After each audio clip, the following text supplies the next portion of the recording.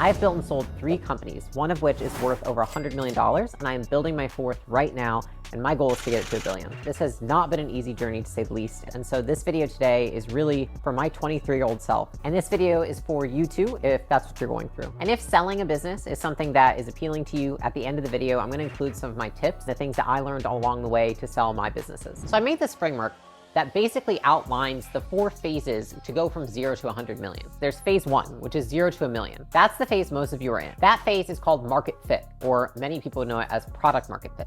In this phase, you need to nail one product that has one avatar that you sell through one channel, and you just sell that thing over and over and over again until you have consistency of numbers. Can you, week over week and month over month, sell the same amount of units? Or even better, increase the amount of units month over month? This phase sounds simple. It's like, all right, one product, one channel, selling something to one person, $1 million. I get it. That's simple, right? It's not simple because you have no idea what the hell you're doing. If you're watching this video, you're probably what we would call an entrepreneur. You want to be an entrepreneur, but you haven't taken that step. Before I started my business, I was constantly consuming things. I was consuming podcasts. I was reading books. I was going to free events. I was trying to figure out if I was working in the right job, if I was getting in with the right people. I was trying to network. I always felt like I just wasn't ready. It just felt like there's like one piece of information that if I acquire that information, then I'll be ready to do the thing. And it's so funny looking back at it now because I realize like there is no silver bullet of information. Like there's never going to be a time where you feel like now I've acquired all the information and I'm ready. Because if you were to feel that way, then you've already done the thing. One thing that I would tell myself if I were going back is like, you're never going to feel ready. You need to become a person who can act despite not feeling ready. And that is why it's so hard. You don't know who to listen to. You don't know what instructions are right and what are wrong. You're getting different opinions from all different people. And so it's very hard for people to even get through this stage and get to $1 million per year business because there's just so much noise and you don't have the skill at which to figure out what noise to filter and what to listen to. And so this stage feels like eating shit. I call it like the swamp of shit, because it just feels so hard. It's either one of these 3 things. You don't have something people want, you have something people want and you're selling it to the wrong people, or the way in which you convey what you have to people is in a way that they do not understand. And in the beginning, those are usually the 3 things you have to figure out. Good example of this is that when I started my first business, Gym Launch, there wasn't some crazy master plan behind it. We weren't like doing crazy product market research, running analysis, like bringing in Bain or McKinsey. Like it was just me and Alex calling people. And then we thought to ourselves as people who had been in their shoes prior, what would have been something that would have really helped us when we were in their shoes? And that's why I think that starting a business in an area that you already know is the best way to go, because often the reason for that is that you get the customer. You understand what they want, you understand their needs, you understand what they like to buy, what they don't like to buy. I think that sometimes people make it more complex than it needs to be. And so I think that rather than asking yourself, what market do I start with? Ask yourself, what customer do I know best? Okay, Layla, well, where's this channel that I'm selling this to these people? That's an easy question to answer. Where do they already live? Where do they hang out? When we start Gym Launch, gym owners aren't on LinkedIn. You know who is on LinkedIn? Software engineers are on LinkedIn. Gym owners were on Facebook. So that is where we picked our first channel. So when you're in this phase, for example, 0 to 1 million, I would say that the first skill I would start with is probably sales. Why would I start with sales as the first one? Because I believe that if you can understand how to sell to a person over the phone or over Zoom, then you also understand how to market to that person. Because you know what marketing is? Taking the things that we say during a sales call and positioning them in a way that attracts somebody's attention. Then the next thing that inherently you're thinking is like, okay, well, how do I acquire the skill to market? How do I acquire the skill to sell? Well, I think one important thing to look at is what's called the hierarchy of competence. Okay, so this is a pyramid and it's basically going through the phases of skill development. So the first level of skill development is unconscious incompetence. That means that you suck and you don't know you suck. It's just like somebody who, if they've never done something before, they have no point of reference. Therefore, they don't know how bad they are or how good they are. The second level is called conscious incompetence, which is you still suck at the thing, but you're aware that you suck at the thing because you now have points of reference. What does that mean? You've probably read up enough on the skill that now you understand what good looks like and you know that you're not it. The third level is conscious competence. That means that you are aware of what good looks like and you also are what good looks like. And then the last level is unconscious competence, which is when you are so good at the thing that you don't have to be aware of if you're good at the thing or not. It's not even a thought because it is so now second nature. It is so inherent to you. Say it's speaking on a stage, for example. You get up on the stage and you crush it. You didn't practice, you did nothing. You've done it so many times that it is a behavior that's so ingrained, you don't even have to think about it. That is how you acquire a skill. Now, the thing is, you can't skip to the top. You have to go through all the levels. And so any skill that you start at, you're gonna suck, and then you're gonna be like kind of maybe good, and then like actually good. And then eventually one day, you don't even know how good you are, and you take for granted how good you are because you haven't even thought about it in so long. But the thing is that most people never get past the point where they suck.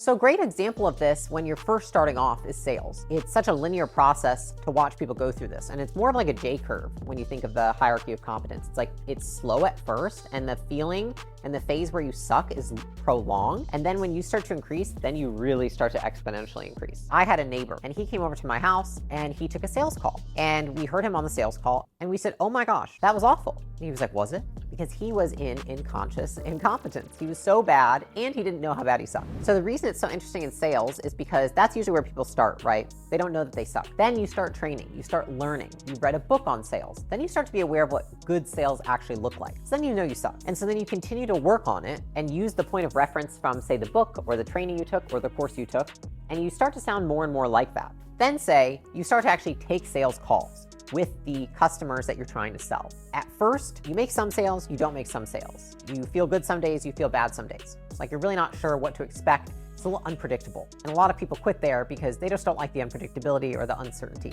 But the thing is that if you wade through the times of uncertainty, you get to conscious competence, which is where you're really good and you're able to produce consistent results. And if you're able to continue doing that, you get to unconscious competence, which is where you're producing results that continue to increase month over month without much effort at all. The reason that it's so hard to start a business is you're usually going through this hierarchy with multiple skills. You're not just doing that with sales, you're also eating shit with marketing. And you're also eating shit with leading people. And you're also eating shit with organizing your company and delivering. And so it's very painful because you're stuck in that conscious incompetence in like 5 different skills. The reason that I'm a fan of focusing on a few at once is because it's easier to increase one thing at a time. Now, I would say the second and very close second, depending on the business, you could flip these. But in most cases, I would suggest this, is marketing. I see marketing as the expectations that we're setting of what our company does and what that customer is to expect for the entire journey with us, whether that's a one-time transaction or whether it's a transformation over 6 or 12 months. Marketing is setting expectations. How do I show people that I have what they want in a way that then creates a good customer experience? Aside from sales and marketing, the third skill that you're really learning during this period is offer development. What is offer development? It's understanding how you package the product for the people you're selling it to. Packaging is typically pricing combined with features. For example, so at Gym Launch, we sold Gym Launch to gym owners. When we're thinking of packaging, there's different ways that you can look at this when we're thinking of offer development. One is our offer conducive for the market we're selling to? What I mean by that is within your avatar, there are subsets of your avatar. If your offer is for weight loss, is it geared towards people over 50, below 50? Are they 20 to 50? What is it? That is going to dictate what your offer might look like, because the more specific you can get with who you're selling to, the better offer you can craft. An offer is the price point that you're selling at and the features that you're outlining. So it's really understanding the value of something, and how you portray the value in a sales pitch is usually stemming from the offer that you develop. With that offer, if you really think about it, right, it's like, okay, if you have marketing and you have sales, which are elements of an offer or like stems of it, the rest that you need to decide are the packaging and pricing, which is what things am I going to give for what price? So Gym Launch, we were like, okay, for $16,000, they get an accelerated program that is 16 weeks long. You have a coach for support, you have a technical thing, you get these many ads, you get these many calls, you get these things. Now, if you want more than that, then you go one level up, right? And the thing is about the level up is it also was for a slightly different avatar. This level up had support with building a team, building training, etc. And so what we understood is that because when we were first starting the business, we wanted to focus on one product, one avatar, one channel, we only did one level, which meant that our pricing and our features that we sold were attuned to the newer gym owner starting out, the person who just needed to make money. They weren't trying to build a team. They were trying to make money. They were trying to make extra revenue. They were trying to get more people in their gym. That is who we catered to. And so when you think about the third skill, it's understanding who do you cater to and at what point in their journey as a gym owner, as a dance teacher, as a custodian, as a consumer of supplements, Like, at what point in their journey are you catering to them? And that is going to dictate how much purchasing power they have and what features they want from your product. Now, those are hard skills, right? Those are skills that anybody can learn. But what is the one thing that's a soft skill that somebody would need to acquire in order to even have the capacity to achieve all those things? And I would say it's work capacity. You know, when I was first starting out, I think that I was primed for business because of working in fitness. So I would get up at 4 a.m. I would open the gym at 4:30 a.m. I would be there until 8 or 8:30 p.m. to close out, finish all my last clients. I had a break in the middle of the day for a couple hours. But during that break, I was messaging other clients, trying to make sales, working the floor. And so I was working for really long hours. Now, a lot of people don't have that experience before they start a business. A lot of people actually start a business because they want to work less. But the irony of that is that you often have to be able to work more in order to one day work less. And so in the beginning, because there's so many skills that you have to try and acquire, your capacity has to be very large. And the only way to acquire work capacity is to not back down when it gets hard. Like, a lot of people want some fancy formula for this. But it's just like lifting weights. If you want to get stronger, you lift more. You'll be sore the next day, but you have to keep lifting more despite feeling sore. You have to keep working harder despite feeling frustrated, tired, worn out, exhausted. You will get there. But using those things as a reason not to pursue your dreams, not to pursue this business, they're not good reasons. In fact, I call that special snowflake syndrome, which is we think, I'm more tired, I'm more frustrated, this is harder for me. It's not. It's hard for everybody. And thinking about the people that's not hard for doesn't help you. And I think that was a really pivotal thing for me to learn, is that I wasn't special. You know, I need to learn these skills just like anybody else. It's hard for everybody because learning is hard in the beginning. And I think a lot of the times, if you want to build your work capacity, remind yourself this is a season of hard. You know, starting a business is hard. And I remember telling myself, you know, there's no better time than now. I'm not going to get any younger. There's no time in my life where I'm going to have less risk taking this. This will be a season of hard. It's not going to be fun. If you go into building a business thinking like, this should be easy, I should be making $1 million in 6 months, these expectations, which, what are they founded on? Like some dude on the internet who was posting it, trying to sell you his course. You know what I mean? Of course it took him 6 months because he's selling you a course. He's going to tell you whatever he needs to tell you. You have to set the expectations low, prepare for a season of hard, and focus on increasing your work capacity just like you build a muscle. Now, I also think during this stage, people get distracted by hearing about things that are important for business, but they're not important right now for business. So if you're still trying to find product market fit, then certain things don't matter. The appeal of your website does not really matter. Now, will it matter soon? Yes, but should it matter right now? Should that be something you put resources towards? Probably not. You know, having the perfect CRM in place and the perfect systems, does that matter? It's good to be organized, but the likelihood that you're gonna have to change it all in a year anyways, fairly high. Google spreadsheets is fine. You know, becoming an insane leader that has very great management skills. Important? Yes. Right now, not the most important. Why? You probably only have a couple people. And a lot of people can manage 2 to 3 people without much skill at all. And so all of those things, like professionalizing the business, becoming a great manager, having a great brand presence, they're all important, but they're not the most important thing right now. Right now, what I've got to focus on is one channel, one product, one avatar, and selling it consistently over and over again until I'm so good that I have to start doing these other things because the demand is so high. The reason I think 0 to $1 million is the hardest is because it's the area in which you incur the most cost of change. You just made a big life change to start a business. You're not only incurring the cost of starting a business, you're incurring the cost of whatever change you made in your entire life. You might have changed or gotten rid of relationships. You might have quit a job and lost all your friends. And then the thing is that as you're able to deal with that stuff and you get used to the new environment, you get used to not talking to the people you used to talk to, you get used to not having a job, you clock in and get a paycheck out, then things start to go faster. You have more clear headspace, you have more attention back, you're able to focus more because your environment has stabilized. And once your environment has stabilized, it makes everything go much faster in the business. Now in the second phase, which is really 1 to 10 million. Like I talked about, it's a lot focused on deliverables. And the reason for that is often, like I said, you have one product to one avatar via one channel. You might have a product that you're selling, a transaction is made, but what are you getting from that customer after? And so the goal from the 1 to 10 million is how do we increase lifetime value? How do we get recurring revenue in place? In the 0 to 1 million, what becomes a problem thereafter is we don't make enough money per customer. And so we need to figure out what more does that customer want that I can sell them. That's really what we want to figure out from 1 to 10 million.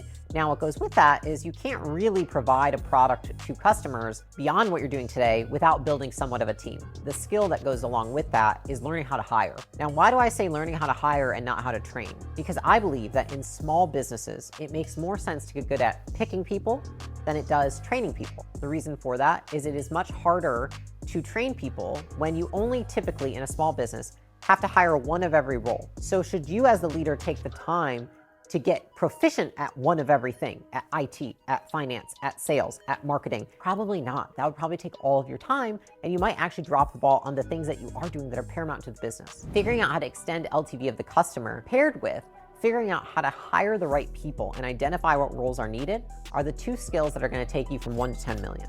The reason that increasing LTV is often a better alternative to just selling more people is because it actually costs you less in the long run. To acquire a customer is typically more costly for a business than it is to extend the lifetime value of that customer. So an example would be a fitness app. They get customers on, those customers pay, say, like $100 a year. And what happens is that in the beginning, cost of acquisition is low because you're new to the market, you've got something working really well, you're able to acquire customers, say it's like a 1-to-2 ratio. Over time, what typically happens is the cost of advertising only continues to get more. Why? Because more people get on the platforms, so you're competing against more people, and more people saturate your market. And so then what you're doing is that your margin per customer continues to shrink over time. So say you're selling that $99 app and say you were profiting $45, say 3 years ago, and now you're profiting $10.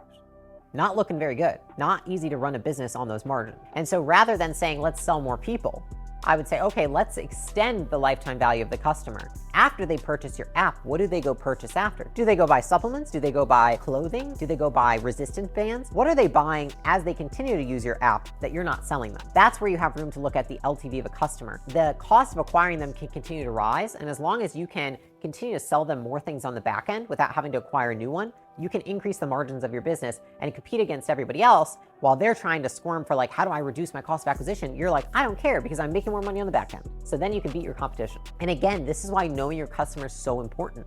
You know, with Gym Launch, for example, we knew what people wanted after they were in our 16-week program. We understood because we'd been there. When you really understand the customer, you understand what they need after your product. And so it makes it much easier to figure out how to extend that LTV because you've been a customer before, you've been in their shoes, or you know them so intimately that understanding all the other things that they're going to buy is really easy for you.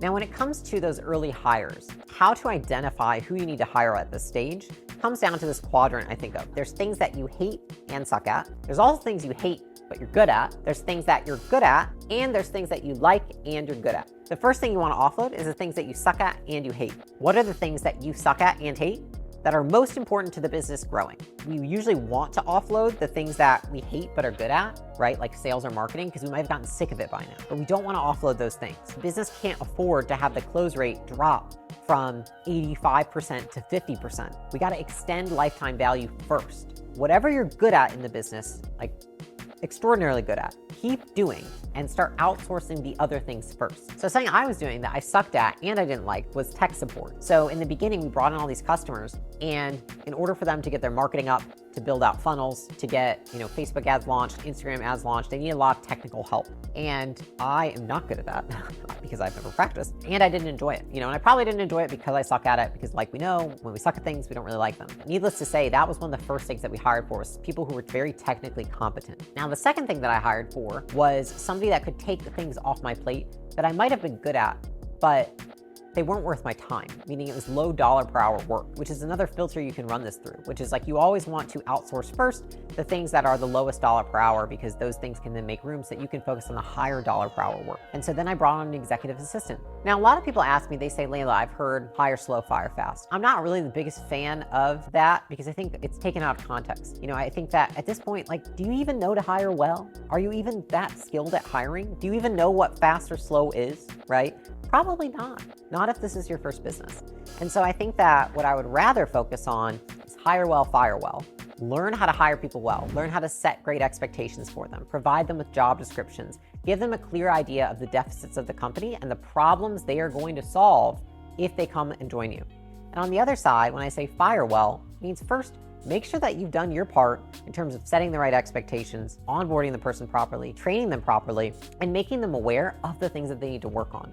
Because if you've never communicated those things to somebody, then why are we firing them rather than just having a conversation? In terms of how much to pay yourself, I think it comes down to understanding, why did you start the business? Did you start the business to make money for yourself, or did you start the business to have an impact on an industry, on a specific kind of people? In the beginning, when we had Gym Launch, we were broke and had debt, and so we wanted to make a ton of money from the business. We took out as much cash as possible from the business. In terms of acquisition.com, now we have enough money, we don't really care how much money we're taking out of the business. In fact, we don't intend to make money on this business for years. We're reinvesting most of the capital. It just depends on where you're at in your life and what the objective is. I don't fuck with the gray. So a lot of people will play in the gray. They'll say, hey, I'll do this little tax strategy, like, hey, there's a chance one day, I don't do that. If there's ever a chance of anything, I am just completely risk averse to that. I don't want any gray. I think that that's a personal question you have to ask yourself. But I will say that if you ever want to sell the business, investors will devalue the business for taking too much risk from a tax standpoint. So if you're watching this and you feel like some of these things are helpful for you, let me know in the comments which ones are the most helpful, and let me know which ones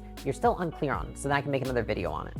Now, the next phase is 10 to 50 million. The problem we're solving is inconsistency.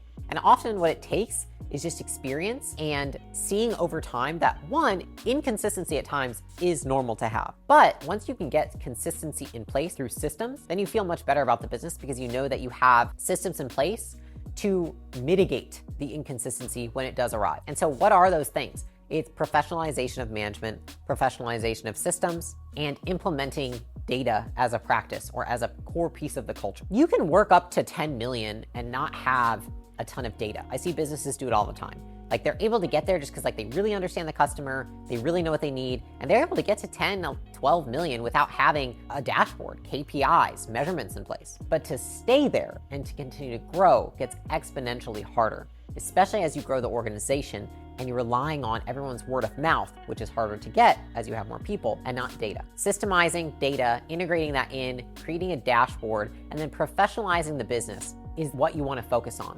Now, how do you professionalize a business?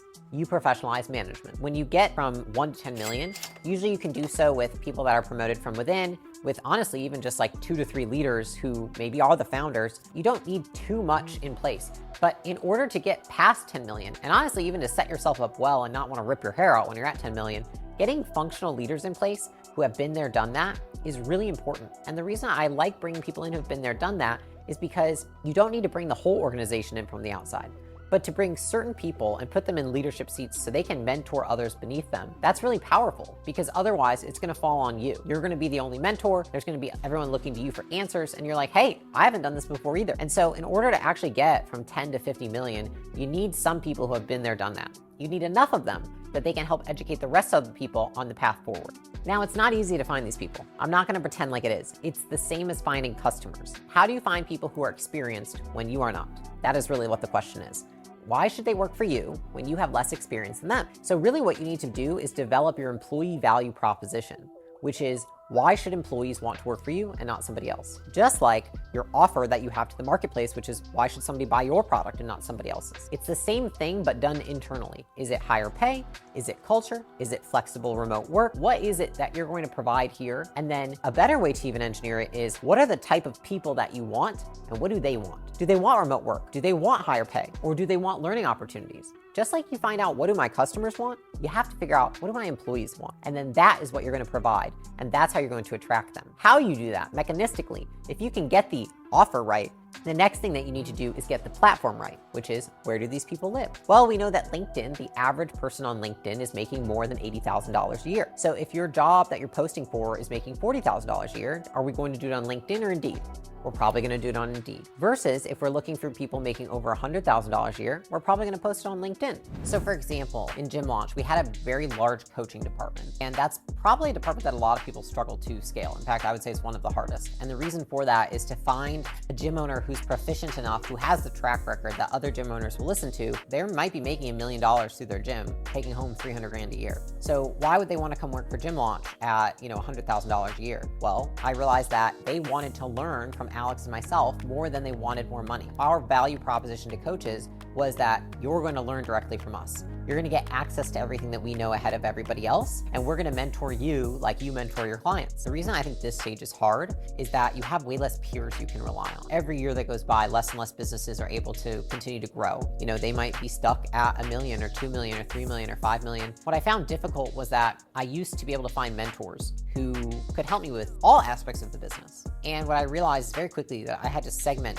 and find mentors for each area of the business. People who had domain expertise rather than holistic business expertise. So I found people who were great at investing, found people who were great at finance, found people who were great at technology, found people who were in that domain great, and then, paid them for expertise, paid them for insight, hired them if I needed to, whatever, to figure out what we needed to do to professionalize those areas. But I found that where a lot of people get stuck here, and the reason it's hard for them is they're still listening to mentors who help them get to 10 million, but those people themselves aren't past 10 million. And so it's really hard to get advice from somebody who's not been where you're at. Now, I will say there are professional people who are just very good coaches. Some of them in Silicon Valley, for example, like they haven't even been business owners, but they can coach people. But that's different. That's not the same as telling someone how to grow a business. Some of the best basketball coaches of all time haven't played on the court. So a lot of people ask, do I fundraise? Should I raise money to grow my business? I think it depends on what the end goal is. Would you prefer to own 100% of the business, or would you prefer not to? Do you have the skills it takes to manage multiple stakeholders, or do you not have those skills? I see that a lot of people who have started successful businesses before do well raising money because they understand the value of having other expertise there. So I think that you have to be self-aware enough to realize, is this something that I can take on top of starting the business, and weigh out the pros and cons for yourself. The final stage, 50 to 100, is all about innovation and talent. I mean innovation in a few different ways. Typically, a business can get to 50 million or even 100 million with a very simple product line and organically growing, more sales, more marketing, more CS, more of all these things, more infrastructure. But then a business gets to a point where it's at its hypothetical organic max. This vehicle in which we've built the business, it can't go past 80 miles per hour. So we might want to go to 120 miles per hour, but this car isn't going to get us there. And so the business often fundamentally has to change. This is where you see people sell to private equity. You know what private equity does? They add in technology so that the business becomes a technology business, which is automatically increases enterprise value, and it creates additional products that you can sell that have more recurring revenue typically. Another thing that you do is you see vertical integration, which is we're selling supplements, but we don't own the supply chain. We could automatically go from 50 million to we could be worth 250 million if we buy all the supply chain. And this is where you see really a business become a business of businesses. The innovation occurs where you say, okay, we've taken this the best darn place we can organically. Now we have to figure out, what does the business need to become to go past 100 million? What kind of business? Does it still remain a service business? Does it need to become a technology business? Are we keeping up with the market? What does the market want now? Is the way in which we're delivering the product and providing value still as effective as it was? Or could we innovate it and take more market share? And so the question is really, how do you do that, and how do you operationalize that? And a huge way that you do that is by, one, attracting higher level talent, having a true executive team that can run, and not just run, grow the business without you, and innovate it on your behalf. Bring new ideas to the table, bring different perspectives, bring experience from areas that you don't have. If you need to turn the business into a technology business, what do you need to do? Find people who have built technology businesses. If you need to vertically integrate, what do you need to do? Find somebody who's vertically integrated. The business becomes a machine of its own, and it's one that it requires more than one person to run. And often what happens is that innovation starts to die around 50 million because one person's brain can only fuel so much. You need more innovators and more thinkers on behalf of the business in order to get it to 100 million and beyond. That's why I think there's really two sides to this, which is, how are we going to innovate the product or the business as a product? And what kind of talent do we need to allow for that innovation? Because it can't be the founder anymore. They can't do this all on their own. And you might not feel like this relates to you, but I actually would really encourage you to think, like, what does my business need to look like 3 years from now? Say you're at 2 million right now, or 3 million, or 10 million. Like, we're always talking to our founders about, what's the vision 3 years from now? I'm not gonna say 5, I'm not gonna say 10, but 3. And then reverse engineering back. When do we need to start thinking about vertical integration? When do we need to start considering if we should become a technology platform, or we should do a tech play? When do we need to start thinking about if we're gonna be a business that buys other businesses? We need to start preparing for those things years in advance. And so it would behoove you not to think about this stuff, because what happens is that a lot of people take action up to 50 million that make it much harder for them to grow beyond 50 million. And if you're not at least informed, and you're still unconsciously incompetent, then the amount of time it's going to take you to educate yourself on what needs to happen, the opportunity will be gone. And you won't have a chance to grow the business to 100 million and beyond because you've lost the opportunity. Somebody else has taken it. So at the beginning of the video, I said I was going to give you a few pieces of advice if you're interested in selling your business at some point. I would say the first thing is understand that your business is a product to a greater marketplace. The private equity or the venture capitalists or the family offices that would be interested in your business, understand what kind of buyer would want your business and for what reasons would they want it. Private equity, for example, oftentimes wants many businesses purely from a financial investment. They're trying to make returns on their money. Anything that puts that at risk is not something they're going to like, versus a strategic buyer. So say you're a cookie business and you're small, you say, hey, that big cookie business might want to buy my small cookie business because I got a recipe that they might want. I would go to them when you're small and say, what would you want to see out of me to buy me when I'm a little bigger? And so that would be a strategic buyer. And a strategic buyer would most likely take the business, put it under their umbrella, you become one of their businesses, and they would probably keep things a little bit more intact, but your brand would get immersed under their brand. In that scenario, they might pay you less than a private equity buyer. Why? Because they might plan to do more work on the business than private equity. On the other side, you might have someone like a family office buying it. And a family office might just be wanting a stable asset that can hold money, doesn't even need to get crazy returns. And so they might buy the business and say, just keep doing the damn thing. We don't want to touch a damn thing. We're just going to put our money in. My biggest piece of advice is to understand who would possibly buy your business in the future. Who would this be a product for? And then ask yourself, or even better, go find them and ask them, what would you want to see out of this business for it to be a viable business to buy? Now, I will say that there are some common traits that all of those investors might look for, right? The first one is that there's not key man risk. Most investors do not want to buy a business or invest in a business where one person makes the majority of the decisions. They want to know they can remove the founder seamlessly and things will still run as is. The second is customer concentration risk, which is, do you have too much of your revenue coming from too few customers? Again, this is a huge risk for investors of any kind. And so if they see that there's only a few customers driving majority of the revenue, that's not appealing to them. And then the third piece is lack of consistent revenue. So that usually stems from lack of structure in place for a sales team, churn coming from not the best practices on the product side or maybe poor packaging, and lack of consistency with systems and team overall. That being said, if you're going to do that, you might be wondering, what kind of business am I going to start? And that is why I made this video where I basically rank different business opportunities and give my insights on what I think are pros and cons and strengths and weaknesses of each one.